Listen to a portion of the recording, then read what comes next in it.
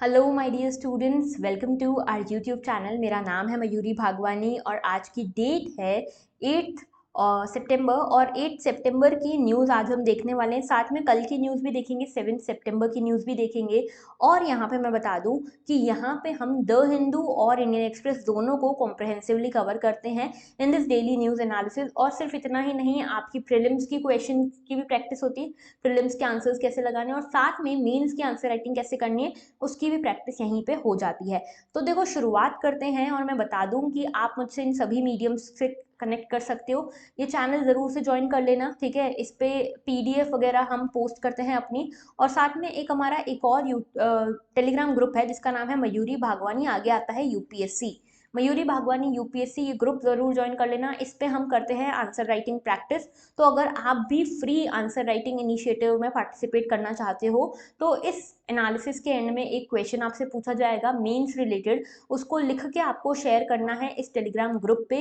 मैं भी रिव्यू करूंगी और आपके जो पीयर एस्पिरेंट्स हैं वो लोग भी रिव्यू करेंगे। इसके अलावा कोई भी क्वेरी हो तो इन सभी मीडियम्स के थ्रू मुझसे कनेक्ट कर सकते हो। आगे बात कर लेते हैं। तो देखो, चेज योर गोल इनिशिएटिव चल रहा है और इस इनिशिएटिव में करना क्या है। करना ये है कि हमारा जो डेली न्यूज़ एनालिसिस जो अभी चल रहा है इसमें आपको 3 चीज़ें करनी है। पहली चीज़ तो ये कि इसके बीच में एक क्वेश्चन आपसे पूछा जाएगा, प्रीलिम्स बेस्ड क्वेश्चन होगा और इसका आपको जवाब देना है। पहली चीज़ तो ये। दूसरी चीज़ ये करनी है कि इसी के बीच में आपसे एक आंसर राइटिंग प्रैक्टिस के लिए आपको एक क्वेश्चन दिया जाएगा, उसका आंसर लिख के आपको हमारे टेलीग्राम ग्रुप पे भेजना है। और तीसरी चीज़ ये कि संडे को प्रीलिम्स संग्राम आएगा जिसमें हम करंट अफेयर बेस्ड एक क्विज लेकर आएंगे आपके लिए। उसको आपको वहाँ पे अटेम्प्ट करना है और अपने स्कोर्स ज़रूर से मेंशन करने हैं कमेंट सेक्शन में।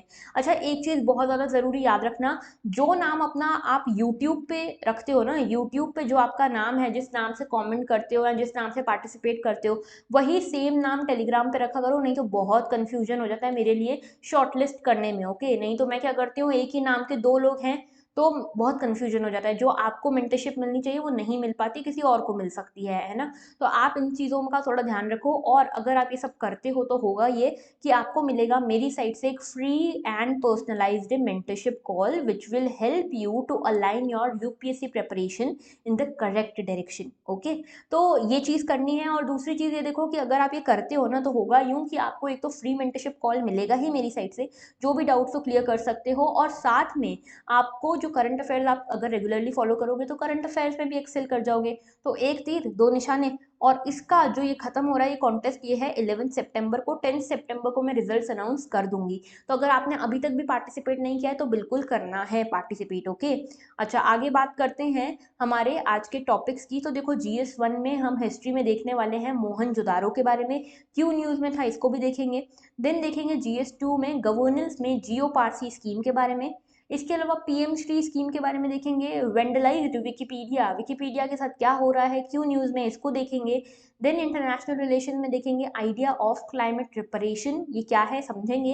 And then Ramon Magsaysay award के बारे में देखेंगे। पॉलिटी में देखेंगे पॉजिटिव सेकुलरिज्म के बारे में। एंड GS3 एंड GS4 में we have nothing for today.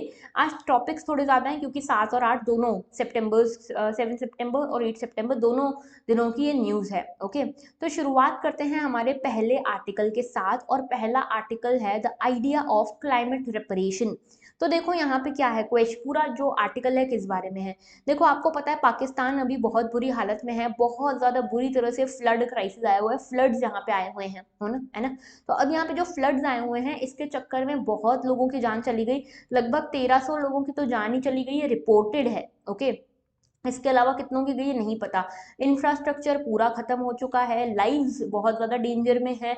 और इसके साथ जो ह्यूमन लाइफ का नॉर्मल सर्वाइवल भी बहुत ज़्यादा मुश्किल हो गया है। तो ऐसे में पाकिस्तान को चाहिए इकोनॉमिक मदद, इकोनॉमिक एड। अब यहाँ पे पाकिस्तान ने ये बोला कि भैया ये एड नहीं मांग रहे, हम अपना हक मांग रहे हैं। क्यों हक मांग रहे हैं? क्योंकि ये जो है, ये काम जो है, ये सब जो हो रहा है ये क्लाइमेट चेंज के कारण हो रहा है। ये सब जो हम फ्लड्स वगैरह फेस कर रहे हैं ये हो रहा है बिकॉज ऑफ द क्लाइमेट तो ये हो रहा है because of the climate change. और यहाँ पे क्लाइमेट चेंज के बारे में क्या बात करें, ये कह रहे हैं कि देखो जो फ्लडिंग हो रही है वो रिजल्ट है ऑफ द क्लाइमेट चेंज, लेकिन क्या हमने किया है क्लाइमेट चेंज, क्या हमारा कॉन्ट्रीब्यूशन है क्लाइमेट चेंज में? नहीं। पाकिस्तान ही कह रहा है हम तो बेचारे डेवलपिंग कंट्री हैं, हम तो अंडर डेवलप्ड डेवलपिंग कंट्री हैं, हम क्या करें? ठीक है, करा आपने, बड़े बड़े देशों ने, और भुगत हम रहे हैं। तो आपकी जिम्मेदारी बनती है कि आप हमें कॉम्पनसेट करें।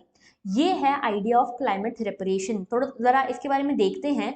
तो देखो यहाँ पे Pakistan wants rich countries that have contributed the most to climate change to pay damages to poorer nations. It is an argument that has been made repeatedly but which remains difficult to implement. बहुत बार इसके बारे में बात हुई है कि ये जो पूरा कार्यक्रम हो रहा है ना, क्लाइमेट चेंज वगैरह जो दिख रहा है हमको, ये हमारे कारण नहीं हो रहा, डेवलपिंग कंट्रीज के कारण नहीं हो रहा है डेवलप्ड कंट्रीज के कारण, और भुगत डेवलपिंग कंट्रीज रही हैं।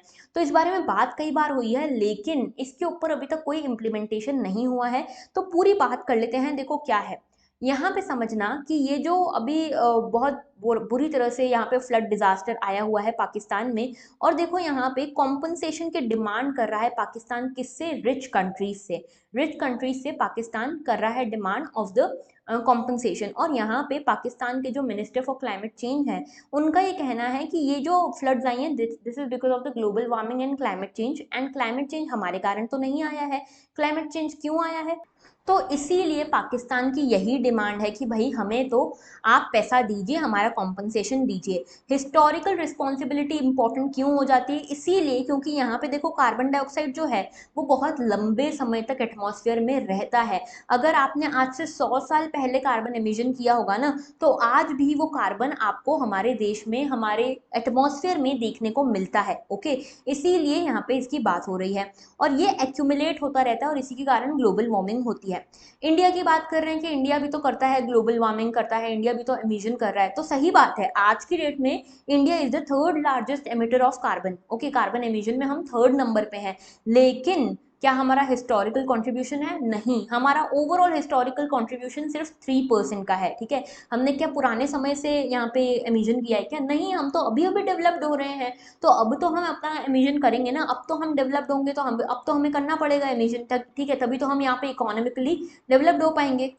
तो इसीलिए यहाँ पे इंडिया का तो ज़्यादा रोल नहीं बनता। दूसरा बचा चाइना। तो चाइना ने लास्ट 15 ईयर्स में बहुत एमिशन किया है, लगभग 11% जो टोटल एमिशन कर रहा है वो चाइना ही है। ओके, तो इन कंट्रीज के ऊपर आपको शिकंजा कसना चाहिए, ये कहा जाता है इस हिस्टोरिकल रिस्पॉन्सिबिलिटी वाले आर्ग्यूमेंट में। और इसके अलावा जो इम्पैक्ट है वो बहुत सिवियर है, किसके ऊपर? पुअर कंट्रीज के ऊपर, डेवलपिंग कंट्रीज के ऊपर। ऐसा क्यों हो रहा है? ऐसा इसीलिए हो रहा है क्योंकि देखो पहली चीज़ तो इन्होंने कुछ नहीं किया है, लेकिन फिर भी इनको वल्नरेबिलिटी देखने को पड़ रही है। दूसरा, ये ऑलरेडी पुअर हैं, इनके ऊपर जो भी चीज़ होती है, जो भी थोड़ा भी फ्लड्स आती है, इनका सब कुछ खराब हो जाता है, सब कुछ बिखर जाता है। तीसरी चीज़, इनके पास ये एबिलिटी भी नहीं है कि ये इससे कोप अप कर पाए। ओके, तो ये सारे इश्यूज हैं जिसके कारण सबसे ज़्यादा बुरी मार जो पड़ती है ना क्लाइमेट चेंज की, वो पड़ती है स्मॉल आइलैंड नेशंस के ऊपर, पुअर कंट्रीज के ऊपर, डेवलपिंग कंट्रीज के ऊपर। जबकि किया किसने सारा कांड? किया है सारा सब कुछ डेवलप्ड कंट्रीज ने। ओके, तो देखो यहाँ पे नेक्स्ट है एडमिशन ऑफ द रिस्पॉन्सिबिलिटी। तो यूएनएफसीसी बना, ठीक है, United nation framework convention on climate change बना 1994 में, और ये इंटरनेशनल एग्रीमेंट था। इसने बोला कि हाँ भाई सही कह रहे हो, यहाँ पे डिफरेंशियल रिस्पॉन्सिबिलिटीज होनी चाहिए। यहाँ पे एक कंसेप्ट आता है कॉमन बट डिफरेंशिएटेड रिस्पॉन्सिबिलिटी का। डिफरेंशिएटेड रिस्पॉन्सिबिलिटी, इसमें क्या कहा जाता है कि हाँ सही बात है, हम सभी की जिम्मेदारी बनती है कि हम क्लाइमेट चेंज को रोकें, लेकिन क्या हम सभी की जिम्मेदारी एक जितनी है? नहीं। जो डेवलप्ड कंट्रीज हैं उनकी जिम्मेदारी थोड़ी ज़्यादा है, डेवलपिंग कंट्रीज की जिम्मेदारी कम है। तो यहाँ पे डेवलप्ड कंट्रीज की रिस्पॉन्सिबिलिटी कुछ ज़्यादा हो जाती है इस केस में। उन्हें कार्बन एमिशन करना भी नहीं है, और कार्बन एमिशन कम कम तो करना ही है। दूसरा चीज़ ये कि डेवलपिंग कंट्रीज की अब बारी आई है थोड़ा बहुत कार्बन एमिशन करने की। अब आप उन्हें रिन्यूएबल एनर्जी दो, अब आप उन्हें फंड ट्रांसफर करो, अब आप उन्हें टेक्नोलॉजी ट्रांसफर करो। तो यहाँ पे यहाँ पे फाइनलाइज किया गया कि $100 बिलियन अमाउंट रिच कंट्रीज हर साल पुअर कंट्रीज को देंगी। यानी कि एक ऐसा फंड बनेगा, और इस फंड में सारी रिच कंट्रीज $100 बिलियन रुपए हर साल जमा करेंगी फॉर द पुअर कंट्रीज। और वो क्या काम का आएगा? वो रिन्यूएबल एनर्जी वगैरह के ऊपर काम करने के लिए हेल्पफुल होगा। और याद रखना कि यहाँ पे क्लाइमेट डिजास्टर उस टाइम पे नहीं होते थे। तो ये जो $100 बिलियन की बात थी ना, ये इस हिसाब से की गई थी कि ये एक फंड बनेगा, और यहाँ पे ये फंड जो है हेल्पफुल होगा फॉर द डेवलपिंग कंट्रीज, की वहाँ पे रिन्यूएबल एनर्जी हो गया, टेक्नोलॉजी ट्रांसफर हो गए, ये सब काम हो सके। इसमें लॉस एंड डैमेज कंपनसेशन की बात नहीं थी, क्योंकि उस टाइम पे उतने एक्सट्रीम इवेंट्स हुआ भी नहीं करते थे, उस टाइम पे इतने एक्सट्रीम डिजास्टर्स हुआ भी नहीं करते थे। ये डिजास्टर्स अब हो रहे हैं, तो अब बात हो रही है कॉम्पनसेशन की, ठीक है। तो पहले कोई कॉम्पनसेशन की बात भी नहीं हुई है। इसके अलावा यहाँ पे देखो, इस चीज के बारे में कई बार सारी कंट्रीज, डेवलपिंग कंट्रीज मिलकर आई हैं, एनजीओ भी कई सारे मिलकर आए हैं, और यहाँ पे वर्सोवा इंटरनेशनल मैकेनिज्म जो था 2013 में सेटअप किया गया, और यहाँ पे लॉस एंड डैमेजेस के ऊपर एक कन्वेंशन बनाया गया, जिसमें ये कहा गया कि पहली बार फॉर्मली एक्नॉलेज किया गया कि डेवलपिंग कंट्रीज को जरूरत पड़ेगी कॉम्पनसेशन की, और ये कॉम्पनसेशन कौन देगा? लॉस एंड डैमेज के लिए कॉम्पनसेशन देगी डेवलप्ड कंट्रीज। क्योंकि अगर आपके कारण यहाँ पे क्लाइमेट चेंज हो रहा है, और क्लाइमेट चेंज के कारण हमारे देश में तबाही मच रही, तो उसकी भरपाई तो आप ही करोगे, है ना। और इसके अलावा देखो यहाँ पे ये पुशबैक क्या है, क्या चैलेंजेस हैं। चैलेंजेस यहाँ पे कई सारे हैं। देखो, बहुत बड़ी बड़ी बातें हुई है, पेरिस क्लाइमेट डील जब साइन हुई थी तब ये बात हुई थी कि हम जो है डेवलप्ड कंट्रीज जो है, डेवलप्ड कंट्रीज जो हैं वो सब मिलके क्या करेंगी, वो सब मिलकर जो डेवलपिंग कंट्रीज हैं उन्हें $100 बिलियन देंगी, ये डिसाइड हुआ था। लेकिन क्या अभी तक ये सही में हुआ है? ऐसा कुछ नहीं हुआ है, ठीक है, ऐसा कुछ भी नहीं हुआ है अभी तक। लगभग देखो $15.5 बिलियन का 3 साल में यहाँ पे लॉस हो गया, डैमेज हो गया because of the climate change related events, लेकिन कुछ भी भरपाई नहीं की गई है। यहाँ पे इंडिया में जो अम्फान साइक्लोन आया था ना, इंडिया बांग्लादेश में, उसके कारण जो डैमेज था अकेला वही $15 बिलियन था, लेकिन कुछ नहीं हुआ, ठीक है। तो अगर आप सब कुछ मिला लेते हो ना, अगर यूएस के ऊपर अकेले क्लेम करने जाते हो कि यूएस कितना पैसा भरना चाहिए यूएस को, तो यूएस को लगभग $1.9 ट्रिलियन यहाँ पे भरने पड़ेंगे इस लॉस एंड डैमेज के लिए, ठीक है, लॉस एंड डैमेज के लिए। तो देखो, कुल मिलाकर यहाँ पे यही बात हो रही कि ये सब कहने की बातें, एक्चुअल में हो कुछ नहीं रहा। और इसके अलावा कुछ इश्यूज भी हैं कि कितना लॉस हुआ है कैसे पता चलेगा। तो कुछ इश्यूज ये हैं कि आप बोल रहे हो कॉम्पनसेशन मिलना चाहिए क्योंकि क्लाइमेट चेंज के कारण ये इवेंट आया, ठीक है। साइंस ने तरक्की कर ली है, लेकिन क्या आज भी साइंस 100% श्योर होकर बोल सकता है कि ये फ्लड आई तो सिर्फ क्लाइमेट चेंज के कारण आई, ये चीज हुई तो सिर्फ क्लाइमेट चेंज के कारण हुई? आप नहीं बता सकते कि कौन सी चीज सिर्फ क्लाइमेट चेंज के कारण हुई है। दूसरी बात ये कि कई बार क्या होता है, क्लाइमेट चेंज तो है लेकिन मिस गवर्नेंस भी एक बहुत बड़ा इशू है। जैसे हमारे बैंगलोर में अभी जो फ्लड्स आई हुई हैं, बेंगलोर इतनी डेवलप्ड जगह है लेकिन वहां पे भी फ्लड्स आ गई, तो यहाँ पे ये क्लाइमेट चेंज है, ठीक है। ये एक्सट्रीम इवेंट्स जो हो रहे हैं क्लाइमेट चेंज के कारण हो रहे हैं, सही बात है, लेकिन यहाँ पे मिस गवर्नेंस का जीता जागता प्रतीक हमको मिलता है, ठीक है। इसके साथ यहाँ पे हमको देखने को मिलता है कि पाकिस्तान जो है इसके बारे में बात तो कर रहा है। अब देखो, पाकिस्तान के ऊपर गुजर रही है इसलिए पाकिस्तान बात तो कर रहा है। अब ऐसे में अगर सारी कंट्रीज साथ में आती हैं और इसके ऊपर कुछ फाइनल डिसीजन हो जाता है तो ठीक है, लेकिन अगर नहीं होता है तो बहुत टेंशन की बात है, क्योंकि अल्टीमेटली ये फेज हर किसी को देखना है, हर डेवलपिंग कंट्रीज को ये फेज देखना है। और ऐसे में ये चीज जो पाकिस्तान ने बात रखी ना, वो तो बिल्कुल सटीक है, लेकिन इसका इम्प्लीमेंट हो पाना बहुत ज्यादा मुश्किल है, ओके। क्योंकि कोई भी कंट्री आगे बढ़ के तो देगी नहीं ना आपको पैसे कि हाँ भाई लो, हमारे चक्कर में तुम्हारे घर में तबाही मच रही है, तो ऐसा तो होगा नहीं। तो ये पूरा वर्सोवा एग्रीमेंट क्या है, पूरे ये क्लाइमेट प्रिपरेशन क्या है, ये सब चीज़ें आपको क्लियर होनी चाहिए। आगे बात करते हैं, नेक्स्ट हमारा, आप सभी को पता है कि साइरस मिस्त्री जो हमारे टाटा सन्स के, टाटा जो कंपनी है उसके फॉर्मर चेयरमैन थे, उनकी डेथ हो गई है। एक बहुत बड़ी मिसहैपनिंग उनके साथ हो गई, एक बहुत बड़ा कार क्रैश हो गया, कार एक्सीडेंट हो गया जिसमें उनकी डेथ हो गई। हमने अभी बीच में आर्टिकल्स भी डिस्कस किए थे कि सीट बेल्ट इसीलिए मैंडेटरी हो जाना चाहिए, सीट बेल्ट के ऊपर पॉलिसी बनाने का सरकार सोच रही है, क्योंकि सीट बेल्ट जो है उससे जानें बच सकती हैं। तो यहाँ पे एक चीज और सामने आई, एक जो ड्राइव कर रही थी ना कार, उनका नाम क्या था? उनका नाम था अनाहिता पंडोले, ठीक है। और इनके बारे में काफी न्यूज आ रही है। बेसिकली अनाहिता पंडोले का नाम जो आ रहा है वो इसीलिए आ रहा है क्योंकि अनाहिता पंडोले ने बहुत काम किया है पारसी कम्युनिटी के लिए। आप सभी को पता होना चाहिए कि पारसीज जो हैं हमारे देश में वन ऑफ द माइनॉरिटी हैं, ठीक है। इनको जोरास्ट्रियंस भी कहा जाता है, ठीक है, जोरास्ट्रियंस भी कहा जाता है। और ये जो है हमारे देश में वन ऑफ द माइनॉरिटी है, रिलीजियस माइनॉरिटी। और पारसी कम्युनिटी के साथ एक इशू जो है वो ये है कि इनकी जो पॉपुलेशन है ना बहुत तेजी से गिर रही है, पॉपुलेशन इनकी बहुत तेजी से गिर रही है, डिक्लाइन हो रही है पॉपुलेशन, और हो सकता है कि कुछ टाइम बाद हमको पारसीज दिखे ही ना, ये एक्सटिंक्शन का खतरा है, ठीक है। तो इसीलिए अनाहिता पंडोले जी जो है ऑलरेडी गायनेकोलॉजिस्ट थी, अभी हैं, ठीक है, और गायनेकोलॉजिस्ट हैं, और इन्होंने यहाँ पे पारसी कम्युनिटी की जो पॉपुलेशन गिर रही है उसको वापस से रिवाइव करने के लिए बहुत कोशिशें करी है। फर्टिलिटी के जो इश्यूज हुआ करते थे पारसी कम्युनिटी में उसको ठीक करने के लिए लोगों को कन्विंस किया, पारसी कम्युनिटी के लोगों को, कि आप अर्ली मैरिज कीजिए सो दैट आप अर्ली कंसीव कर सकें और आपको जो यहाँ पे रिप्रोडक्शन है उसमें कोई दिक्कत ना आए। और इसी के लिए अनाहिता पंडोले ही हैं वो जिन्होंने जो हमारी मिनिस्ट्री ऑफ माइनॉरिटी अफेयर्स है गवर्नमेंट ऑफ इंडिया की, उनकी एक स्कीम आई जियो पारसी स्कीम। उसके पीछे जो बहुत बड़ा चेहरा थी, जो बहुत बड़ा आइडिया था, वो इन्हीं का था। तो जियो पारसी स्कीम हमारे लिए हो जाती है बहुत इंपॉर्टेंट। जियो पारसी स्कीम जो है ये क्या है, देखो जियो पारसी नाम से समझ में आ रहा है कि पारसी कम्युनिटी के ज़्यादा सर्वाइवल के लिए, सर्वाइवल को एनकरेज करने के लिए स्कीम है। और कौन लाया है, मिनिस्ट्री ऑफ माइनॉरिटी अफेयर्स ये स्कीम को लेकर आए हैं। दूसरी चीज़ ये कि 2013 की स्कीम है, ठीक है, और इसमें बोला जा रहा था कि जो पारसी पॉपुलेशन डिक्लाइन हो रही है ना, उनको वापस से रिवाइव करने के लिए स्कीम थी। ऑब्जेक्टिव यही था कि डिक्लाइनिंग ट्रेंड जो है पारसी पॉपुलेशन का, उसको ठीक किया जाए और इसमें वापस से बढ़ोतरी करने की कोशिश की जाए। ओके, और इसी के लिए हमने पॉपुलेशन को स्टेबलाइज करने के लिए कई सारे यहाँ पे मेजर्स किए हैं। इसमें 3 कंपोनेंट्स थे।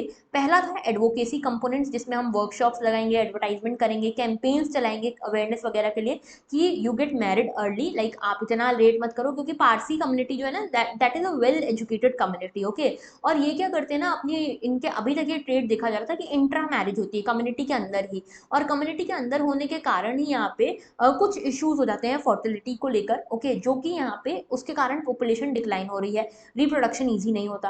और ये रिप्रोडक्शन ईजी हो सकता है जब आप in the early ages, in the 20s, in the mid 20s, in the early 30s, अगर आप यहाँ पे शादी करके you go for the reproduction thing, ठीक है। तो यहाँ पे इस तरह की अवेयरनेस क्रिएट करना भी इस पूरे जियो पारसी स्कीम का एक मोटिव था, एक कंपोनेंट था। दूसरा था health of the community component. तो यहाँ पे चाइल्ड केयर हो गया, क्रैश सपोर्ट हो गया, असिस्टेंस देना हो गया एल्डरली को, तो जो भी पॉपुलेशन है इस कम्युनिटी की उसको हेल्थ सपोर्ट देना इस स्कीम का second component.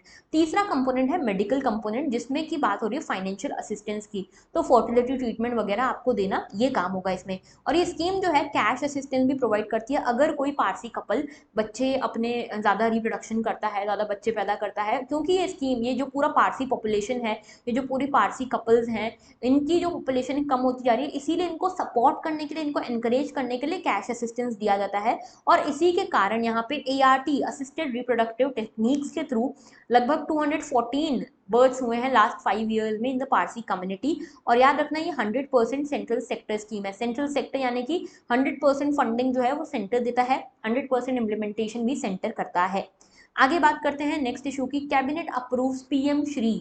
PM Shri scheme क्या है, देखो ये जरा। PM श्री जो है, आज ही इसके बारे में न्यूज में था, prime minister school for rising India. तो देखो ये स्कीम ये बोलती है कि जितने भी गवर्नमेंट स्कूल्स हैं, गवर्नमेंट स्कूल्स को हम एक मॉडल में कन्वर्ट करेंगे, और ये मॉडल होगा जो कि नेशनल एजुकेशन पॉलिसी को इम्प्लीमेंट करेगा। तो आप सभी को पता है एक नई education policy, national education policy आई है 2022 में ही। और 2022 की जो ये एजुकेशन पॉलिसी है, इसमें यहाँ पे कहा गया है कि गवर्नमेंट स्कूल जो है इंक्लूसिव बने, मॉडल गवर्नमेंट स्कूल। तो इस तरह के मॉडल गवर्नमेंट स्कूल्स होने चाहिए। ओके, तो ये स्कीम जो है सेंट्रली स्पॉन्सर्ड स्कीम है, पहली बात तो ये। और यहाँ पे सेंटर का जो शेयर है लगभग 18,000 करोड़ रुपए का है। 5 साल के लिए आ रहा है, 2022-23 से लेकर 2026-27 तक ये आ रही है ये स्कीम। और लगभग 14,500 स्कूल्स को यहाँ पे मॉडल स्कूल्स में ट्रांसफॉर्म किया जाएगा। और ये गवर्नमेंट स्कूल्स है, याद रखना, ठीक है। तो स्कूल्स को जो सिलेक्ट किया जाएगा वो स्टेट गवर्नमेंट के बेसिस पे, स्टेट गवर्नमेंट के हेल्प के थ्रू चुना जाएगा। और यहाँ पे जो भी state governments national education policy के साथ आ रही हैं, उनके स्कूल्स को यहाँ पे चुनेंगे। अब देखो यहाँ पे याद रखना, तमिलनाडु और जो कुछ सदर्न स्टेट्स हैं, वो यहाँ पे इससे कंप्लाई नहीं कर रहे इस एजुकेशन पॉलिसी से, क्योंकि यहाँ पे अभी भी 3 लैंग्वेज फॉर्मूला जो है वो अटक रहा है। 3 लैंग्वेज फॉर्मूला में बोला गया है कि हिंदी पढ़ाएंगे, इंग्लिश पढ़ाएंगे, और एक जो भी आपकी नेटिव लैंग्वेज है वो पढ़ाओ।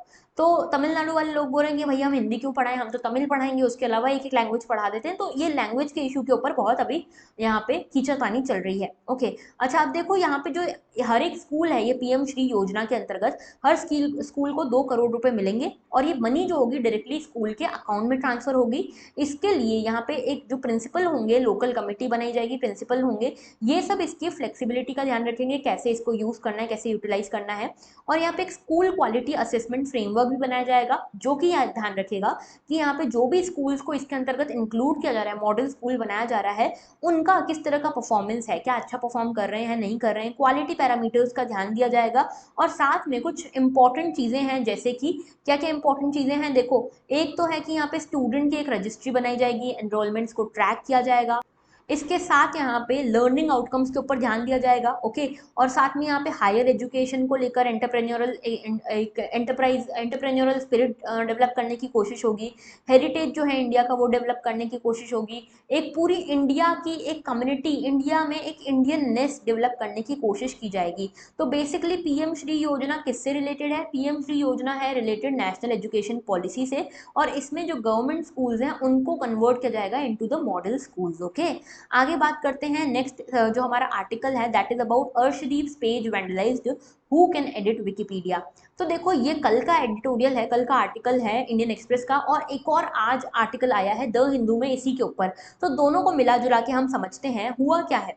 हुआ कुछ यूं है कि अर्शदीप ये कौन है? ये इंडियन क्रिकेटर है, ठीक है। अभी जब इंडिया पाकिस्तान का मैच हो रहा था ना, इस इंडिया पाकिस्तान के मैच में लास्ट के ही कुछ मोमेंट्स थे, आप सभी ने आई होप देखा होगा ये मैच। इसमें लास्ट के ही कुछ मोमेंट्स, लास्ट की ही कुछ बॉल्स चल रही थी, और एक कैच बहुत आसान सा जिसको कहा जा रहा है।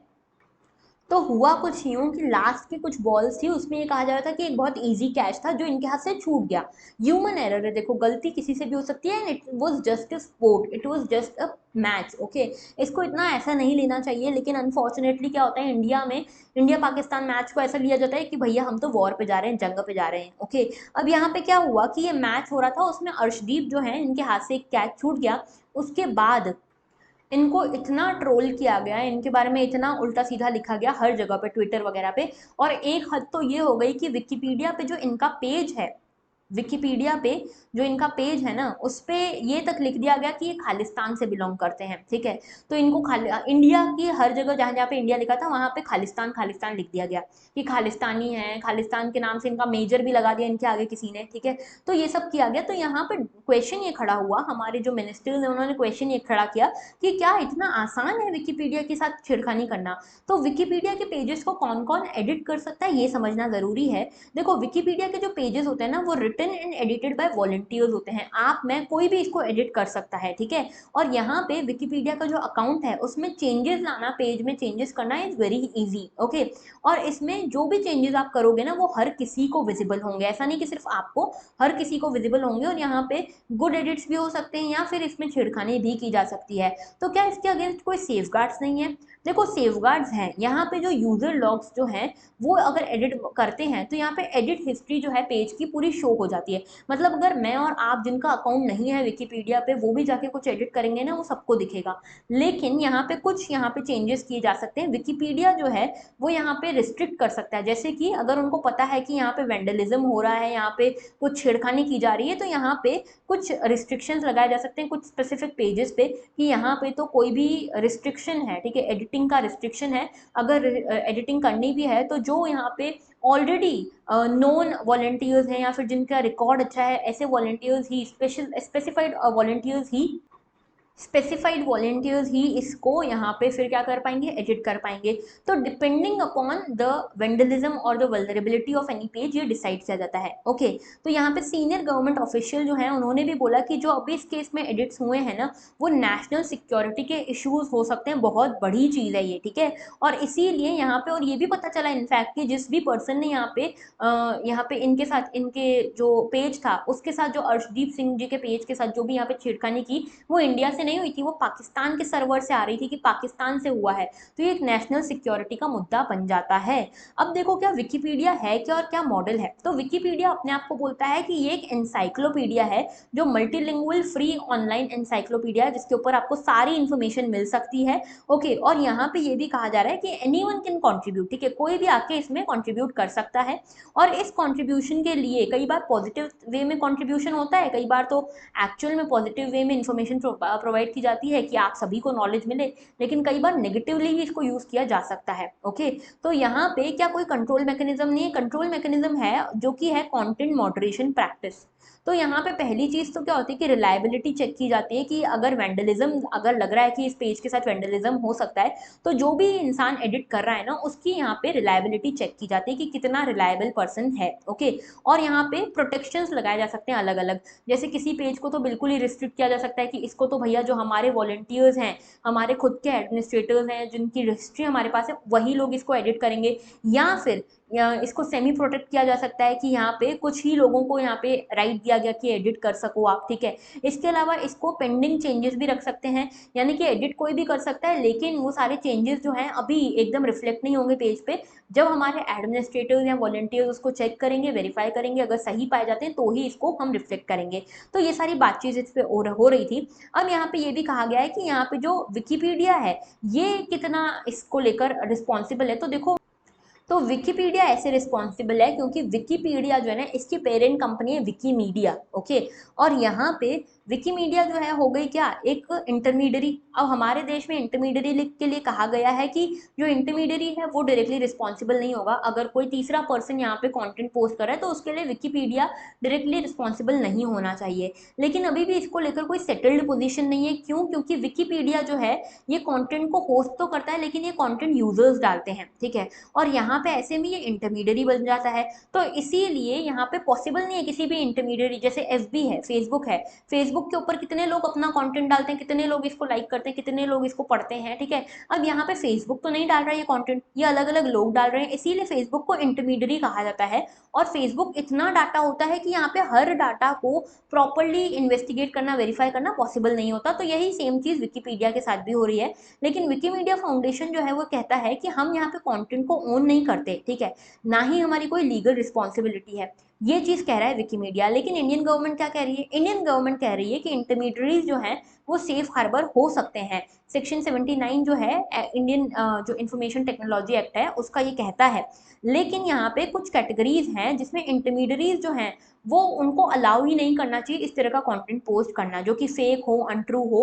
तो यहाँ पे जिम्मेदारी तो इंटरमीडियरी की भी बनती है, ओके। और ये जो है एक नेशनल सिक्योरिटी का इशू हो सकता है, इसीलिए इसके ऊपर ज़्यादा ध्यान देने की हमें ज़रूरत है। तो विकिपीडिया क्या है, कैसे इसके प्रोटेक्शन होते हैं, कंटेंट मॉडरेशन कैसे होता है, आईटी एक्ट क्या है, आईटी एक्ट का सेक्शन 79 क्या है, आई होप आपको क्लियर है। आगे बात करते हैं, positive secularism is allowed student to Supreme Court in hijab case. तो हिजाब केस आप सभी को पता होगा, कर्नाटका में कुछ टाइम पहले एक बहुत बड़ा केस हुआ था जिसमें एजुकेशन में रिलीजन घुस गया। कैसे? जो मुस्लिम पक्ष था, मुस्लिम पक्ष की जो लड़कियां थी, स्टूडेंट्स थी, उन्होंने बोला हम तो हिजाब पहनकर ही स्कूल में आएंगे और हिजाब पहनकर ही एग्जाम देंगे। इसके सामने खड़े हो गए सारे हिंदू स्टूडेंट और इन्होंने बोला हम फिर नहीं करने देंगे, या तो फिर हम भी सैफरॉन कलर का यहाँ पे अपना जो गमछा है वो डाल के आएंगे। स्कूल एजुकेशन ने बोला, स्कूल एडमिनिस्ट्रेशन ने बोला ऐसा कुछ भी नहीं होगा। सुप्रीम कोर्ट में केस गया, सुप्रीम कोर्ट ने बोला ऐसा कुछ भी नहीं होगा, स्कूल्स वगैरह में नहीं पहुंच सकते तुम ये लेकर, ठीक है, झंडे लेकर रिलीजन के। यहाँ पे कहना है एक यहाँ पे मुस्लिम कम्युनिटी के स्टूडेंट का कि यहाँ पे हम जो है, इंडिया जो है पॉजिटिव सेक्युलरिज्म को फॉलो करती है। पॉजिटिव सेक्युलरिज्म ये कहता है कि यहाँ पे जो भी रिलीजन है उन सभी को इक्वली ट्रीट किया जाएगा, सर्वधर्म समभाव का यहाँ पे भाव चलेगा और यहाँ पे इक्वल रिस्पेक्ट दी जाएगी। फ्रांस या टर्की जैसा हमारे देश में सेक्युलरिज्म नहीं है, नेगेटिव सेक्युलरिज्म नहीं है कि यहाँ पे रिलीजन को आप शोकेस ही नहीं कर सकते पब्लिक लाइफ में, ऐसा तो नहीं है। इसीलिए अगर हम यहाँ पे चाहते हैं कि हमारा जो देश है वो सेक्युलर फैब्रिक के साथ चले, पॉजिटिव सेक्युलरिज्म के साथ चले, तो इसीलिए हमको इसको हिजाब को अलाउ करना चाहिए, ये कह रहे हैं पिटिशनर। अभी इसके ऊपर फाइनल सुनवाई नहीं हुई है, लेकिन आपको बता दूं कि पॉजिटिव सेक्युलरिज्म, नेगेटिव सेक्युलरिज्म होता क्या है। सेक्युलरिज्म क्या है भाई? सेक्युलरिज्म का मतलब है कि आप किसी एक रिलीजन की तरफ एक्स्ट्रा झुक नहीं रहे हो, आप सभी रिलीजन को एक साथ एक जैसा ट्रीट कर रहे हो, ओके। लेकिन इसके भी दो नोशन होते हैं, एक होता है पॉजिटिव, एक होता है नेगेटिव। पॉजिटिव नोशन ये बोलता है कि कोई भी नेशन जो है वो पॉजिटिव सेक्युलरिज्म तब परफॉर्म करता है जब उसके कॉन्स्टिट्यूशन ये कहता है कि यहाँ पे हमारे देश में कई सारे रिलीजन हैं और कॉन्स्टिट्यूशन को एक्स्ट्रा पावर्स दी गई हैं। यानी कि कॉन्स्टिट्यूशन एक इनेबलर के फॉर्म में भूमिका निभाता है। स्टेट जो है एक इनेबलर है और वो यहाँ पे सभी रिलीजन्स को एक साथ देखता है, एक जैसी इक्वल रिस्पेक्ट के साथ देखता है और यहाँ पे फंडामेंटल राइट्स देता है आपको रिलीजियस प्रैक्टिस के। तो आप चाहो तो अपने रिलीजन को जिस तरह से चाहो उस तरह से प्रैक्टिस कर सकते हो, स्टेट आपको इसकी यहाँ पे गारंटी देता है, राइट देता है। ये हो गया पॉजिटिव। नेगेटिव सेक्युलरिज्म क्या होता है? बोलता है कि भैया आपको जो पब्लिक लाइफ है इसमें आपको अपनी रिलीजियस आइडेंटिटी रिवील ही नहीं करनी है, हिजाब वगैरह जो है बैंड है, ओके। और यहाँ पे कॉन्स्टिट्यूशनल कोर्ट्स वगैरह भी यहाँ पे यही कहती हैं। तो यहाँ पे इसको कहते हैं नेगेटिव सेक्युलरिज्म, जो टर्की और फ्रांस में चलता है। इंडिया में पॉजिटिव सेक्युलरिज्म जो है वो सर्वधर्म समभाव के प्रिंसिपल पे है, यानी कि सारे धर्म जो हैं सेम भाव के हैं, सेम इक्वल पोजीशन होल्ड करते हैं और इसीलिए यहाँ पे इसको पॉजिटिव सेक्युलरिज्म कहा गया है। तो पॉजिटिव सेक्युलरिज्म, नेगेटिव सेक्युलरिज्म क्या है, आई होप क्लियर है।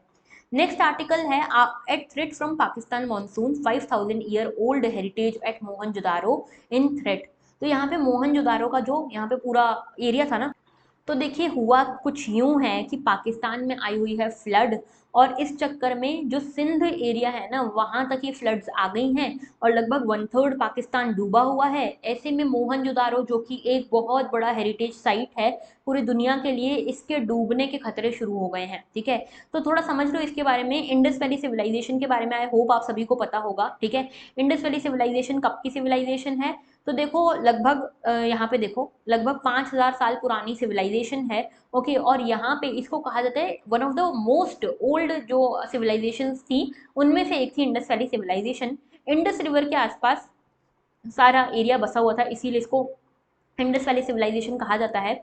और यहाँ पे ये देखो यहाँ पे क्या हुआ था कि यहाँ पे इंडस वैली सिविलाइजेशन में कुछ इंपॉर्टेंट एरियाज, इंपॉर्टेंट सिटीज थी, जैसे हड़प्पा था, मोहनजोदारो था। तो ये हड़प्पा मोहनजोदारो जो था ये उस टाइम अनडिवाइडेड इंडिया में था, लेकिन अब पाकिस्तान में है।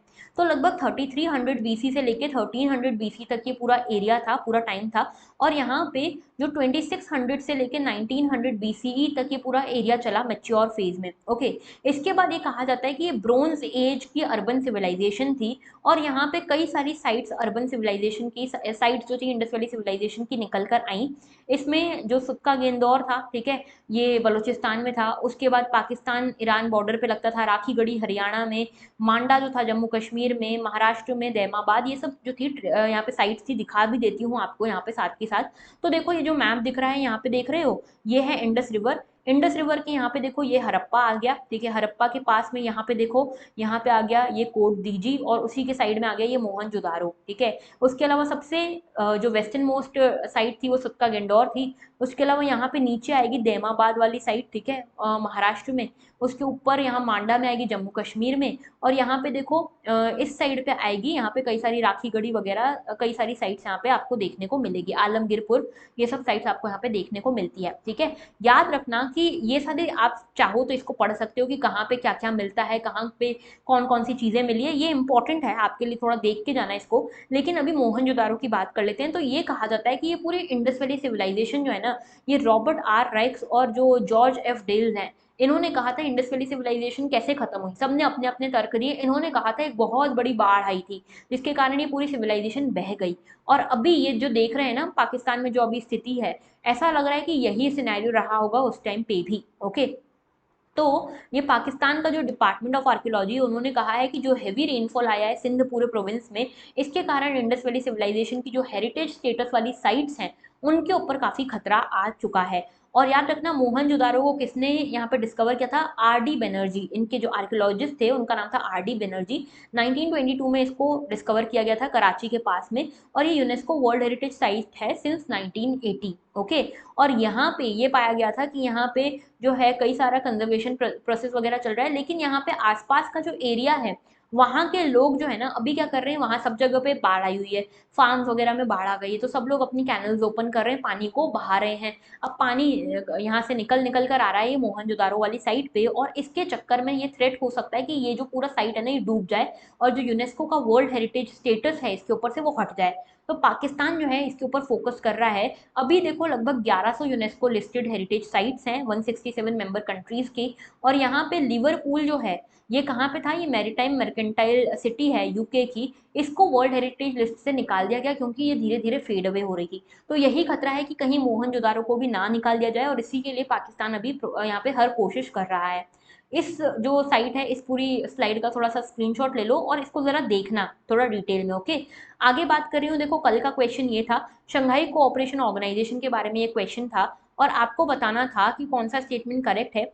इंटर गवर्नमेंटल ऑर्गेनाइजेशन है, सही था। एंटी टेररिस्ट स्ट्रक्चर जो है एससीओ का यानी कि रैट्स जो है वो बीजिंग में नहीं है, वो ताशकंद में है। ठीक है, तो इसीलिए इसका सही आंसर होगा ओनली 1। ओके, और देखो आज का क्वेश्चन ये है आप सभी के सामने इंडस वैली सिविलाइजेशन को लेकर, इसको ध्यान से पढ़ना और इसके आंसर मुझे कमेंट सेक्शन में ज़रूर बताना। आगे बात कर लेते हैं एक और लास्ट आज का जो एक आर्टिकल है उसको देख लो। के शैलजा जी जो है हमारी साउथ की एक जो सीपीआईएम है हमारी पार्टी है, ठीक है, उसकी पॉलिटिकल लीडर है। और ये जो है इनको रैमन मैग्सेसे अवार्ड के लिए यहाँ पे नॉमिनेट किया गया, यहाँ पे इनको मिल रहा था, लेकिन इन्होंने मना कर दिया कि हमें नहीं चाहिए। तो केरला की हेल्थ मिनिस्टर हैं ये, ठीक है, क्यों इन्होंने हटा दिया, क्यों इन्होंने मना कर दिया? तो सीपीआई-एम ने, जो सीपीआई-एम इनकी पॉलिटिकल पार्टी है, उन्होंने डिक्लाइन कर दिया कि हमें जो है वो ये रैमन मैग्सेसे अवार्ड अपने पॉलिटिकल लीडर को नहीं दिलवाना, हमारी हेल्थ मिनिस्टर को नहीं दिलवाना। क्या बात हो गई? बात ये हो गई कि यहाँ पे रैमन मैग्सेसे अवार्ड जो है ये फिलीपींस का अवार्ड है, ठीक है, फिलीपींस का अवार्ड है। बेसिकली देखो रैमन मैग्सेसे कौन है? रैमन मैग्सेसे 1907 में इनका जन्म हुआ था फिलीपींस में, और प्रेसिडेंट रहे हैं, 7th प्रेसिडेंट रहे हैं, कहाँ के? फिलीपींस के ही, ठीक है। लेकिन ये माना जाता है कि इन्होंने बहुत ज़्यादा काम किया है वर्ल्ड वॉर 2 के बाद, जो कम्युनिस्ट फोर्सेस इनके देश में थी ना, उनको डिस्ट्रॉय करने के लिए, उनको सप्रेस करने के लिए। तो यहाँ पे यूएस की मदद करी इन्होंने, मिलिट्री गवर्नर बने, और उसके बाद यहाँ पे फिलीपींस से, जो फिलीपींस को इंडिपेंडेंस मिल गई थी 1946 में, उसके बाद इन्होंने अपनी पॉलिटिकल जर्नी चालू करी, और उसके बाद इन्होंने कई बार एंटी कम्युनिस्ट स्टैंड लिया था, और इन्हीं के नाम पे ये रैमन मैग्सेसे अवार्ड रखा गया है। ऐसा कहा जाता है कि 3 साल का टेन्योर था रैमन मैग्सेसे का, लेकिन इन्होंने बहुत ही बढ़िया तरीके से इस टेन्योर को कंप्लीट किया। गोल्डन पीरियड कहा जाता है फिलीपींस का इनके टेन्योर को, ओके। और इसमें ये जो रैमन मैग्सेसे अवार्ड है 1957 से यहाँ पे दिया, 1957 में इनकी डेथ हो गई थी, और तब से उसके बाद से यहाँ पे एक फंड बनाया गया रैमन मैग्सेसे के नाम पे। एशिया का नोबेल प्राइज कहा जाता है इसको, ठीक है। और हमारे देश के कई सारे लोगों ने ऑलरेडी जीता है, जैसे मदर टेरेसा, सत्यजीत रे, वर्गीस कुरियन, उसके अलावा अरविंद केजरीवाल, महाश्वेता देवी, अरुणा रॉय, इन सभी ने रैमन मैग्सेसे अवार्ड जीता है। अब के शैलजा को जी को मिल रहा था ये, लेकिन इन्होंने मना कर दिया कि हमें नहीं चाहिए। बेसिकली हुआ क्या, इन्होंने बोला कि जो रैमन मैग्सेसे जिनके नाम पे ये अवार्ड है, फिलीपींस के प्रेसिडेंट रह चुके हैं, इन्होंने बहुत काम किया अपने देश में कम्युनिस्ट फोर्सेस को सप्रेस करने के लिए। और ये जो के शैलजा जी हैं, ये खुद कम्युनिस्ट पार्टी से आती हैं, कम्युनिस्ट पार्टी ऑफ इंडिया से आती हैं, तो आइडियोलॉजी दोनों की सेम है, कम्युनिज्म की आइडियोलॉजी हर जगह सेम रहती है। तो इसीलिए इनका कहना है कि क्योंकि इन्होंने हमारी आइडियोलॉजी को सप्रेस किया था फिलीपींस में कुछ टाइम पहले, इसीलिए हम इस जो पूरा अवार्ड है इसको सपोर्ट नहीं कर सकते। तो इन्होंने मना कर दिया ये अवार्ड लेने से, ओके। अब देखो इनका थोड़ा सा बैकग्राउंड जानोगे आप रैमन मैग्सेसे का, हमारे लिए बहुत ज़्यादा इंपॉर्टेंट नहीं है, हमारे लिए जानना बस इतना इंपॉर्टेंट है कि वर्ल्ड वॉर 2 जब खत्म हुई ना, उसके बाद यहाँ पे कम्युनिस्ट फोर्सेस आ रही थी, और इन कम्युनिस्ट फोर्सेस को सप्रेस करने में रैमन मैग्सेसे की मदद ली गई सारे पॉलिटिकल लीडर्स के द्वारा। और रैमन मैग्सेसे ही थे जिन्होंने वापस से पब्लिक में गवर्नमेंट के लिए ट्रस्ट वापस लेकर आए, और गवर्नमेंट को यहाँ पे वापस से स्टैब्लिश किया, ये जो करप्शन वगैरह वाले जो चार्जेस थे उनको खत्म किया गवर्नमेंट के ऊपर से। इसीलिए यहाँ पे रैमन मैग्सेसे को इतना महान लीडर माना जाता है, डेमोक्रेसी इनको स्टैब्लिश करने का पूरा श्रेय दिया जाता है। तो देखो यहाँ पे कम्युनिज्म क्या है, कम्युनिज्म की आइडियोलॉजी क्या है? सबसे पहले समझो कैपिटलिज्म क्या है। कैपिटलिज्म ये बोलता है कि प्राइवेट ओनरशिप होगी, कोई भी चीज़ है, मान लो ये एक एरिया है, लैंड है, तो लैंड की प्राइवेट ओनरशिप होगी, ये हर कोई यहाँ पे प्राइवेटली लैंड खरीद सकता है, और यहाँ पे ये सारी जो चीज़ें होंगी मार्केट फोर्सेस डिसाइड करेंगी कि किस चीज़ के दाम क्या होंगे, सप्लाई डिमांड जो है वो डिसाइड करेगी कि किस चीज़ के दाम क्या होंगे। क्लासेस होंगी, अलग अलग classes, lower caste class, higher class, ये सब, और प्रॉफिट के लिए प्रोडक्शन किया जाएगा, ठीक है, प्रॉफिट के लिए। और इसका प्रोपोनेंट थे एडम स्मिथ। इसके बाद आई सोशलिज्म वाली आइडियोलॉजी, ये बोलती है कि प्राइवेट ओनरशिप लिमिटेड होगी, कुछ चीज़ें हैं ना जो गवर्नमेंट के पास होनी चाहिए, कुछ चीज़ें जो है सोसाइटी के पास होनी चाहिए, इसको प्राइवेटली हमको हर किसी को नहीं देना चाहिए। बेसिकली सोशलिज्म कम्युनिज्म जो है ना वो इस चीज़ पे ध्यान देती है कि जो लोग वल्नरेबल सेक्टर से आते हैं, पुअर सेक्शन से आते हैं, उनके लिए भी तो कोई हो, तो गवर्नमेंट को यहाँ पे फोकस करना चाहिए, ये कहा जाता है। तो यहाँ पे सब कुछ प्राइवेट ना हो, गवर्नमेंट एंड प्राइवेट एंटिटीज मिलकर यहाँ पे काम करें, और क्लास डिस्टिंक्शन लिमिटेड हो, कम हो, और साथ में सोसाइटल नीड्स के लिए प्रोडक्शन किया जाए, प्रॉफिट के लिए प्रोडक्शन मत करो, सोसाइटी के नीड्स को पूरा करने के लिए। और इसके प्रोपोनेंट थे चार्ल्स फॉरियर। इसके बाद आती है हमारी कम्युनिज्म वाली आइडियोलॉजी, जो बोलती है कि प्राइवेट ओनरशिप होनी ही नहीं चाहिए, सब कुछ जो है गवर्नमेंट का है, सब कुछ जो है कम्युनिटी का है। इनफैक्ट ये बोलते हैं कि एक ही गवर्नमेंट होगी, सेंट्रल गवर्नमेंट, और सेंट्रल गवर्नमेंट ही सब कुछ यहाँ पे फाइनलाइज करेगी, फिक्स करेगी। कोई क्लास डिस्टिंक्शन नहीं होगा, कोई हायर क्लास कोई लोअर क्लास कुछ नहीं, क्योंकि सभी चीज़ें सभी लोग होल्ड करें, पूरी कम्युनिटी का सब कुछ है, तो इसीलिए कोई क्लासेस नहीं होंगी, और प्रोडक्शन जो है वो बेसिक नीड्स के लिए होगा। इसको प्रोपोनेंट है इसके कार्ल मार्क्स, ओके। तो कम्युनिज्म की आइडियोलॉजी क्या है, आई होप आपको क्लियर है। नाउ देखो ये क्वेश्चन मैंने आप लोगों को दिया था और इसका सारा डिस्कशन मैं टेलीग्राम पे कर चुकी हूँ, इसीलिए यहाँ पे फिर से डिस्कशन नहीं करूंगी। इसके जो बेस्ट आंसर है बता देती हूँ। इसका बेस्ट आंसर मुझे लगा एक तो जसलीन का एक बेस्ट आंसर था और एक सुप्रिया का, ठीक है। बाकी सबके आंसर्स भी अच्छे हैं, सबने कोशिशें बहुत अच्छी करी है, लेकिन कुछ कुछ यहाँ पे इश्यूज हैं। एक और रिक्वेस्ट आप सभी से है कि सभी लोग एक दूसरे का पीयर रिव्यू जरूर किया करो जो आंसर्स हैं उनका। और इसकी स्ट्रक्चरिंग कैसी होनी चाहिए बता देती हूँ। Is privatization a good option for higher education sector in India? Critically analyze what are the other options. ठीक है, तो पहली चीज आपको बतानी है, एजुकेशन के बारे में आपको देना है एक इंट्रोडक्शन। अब एजुकेशन के बारे में इंट्रोडक्शन कैसा दोगे कि आजकल क्या चल रहा है, ठीक है, कैसा कॉन्टेक्स्ट जो है वो दोगे। देन बताओगे बॉडी में पहली चीज कि प्राइवेटाइजेशन क्या होता है, प्राइवेटाइजेशन करने के क्या नीड है, ठीक है, क्या प्रोज हैं और क्या कॉन्स हैं, ठीक है, ये बताओगे।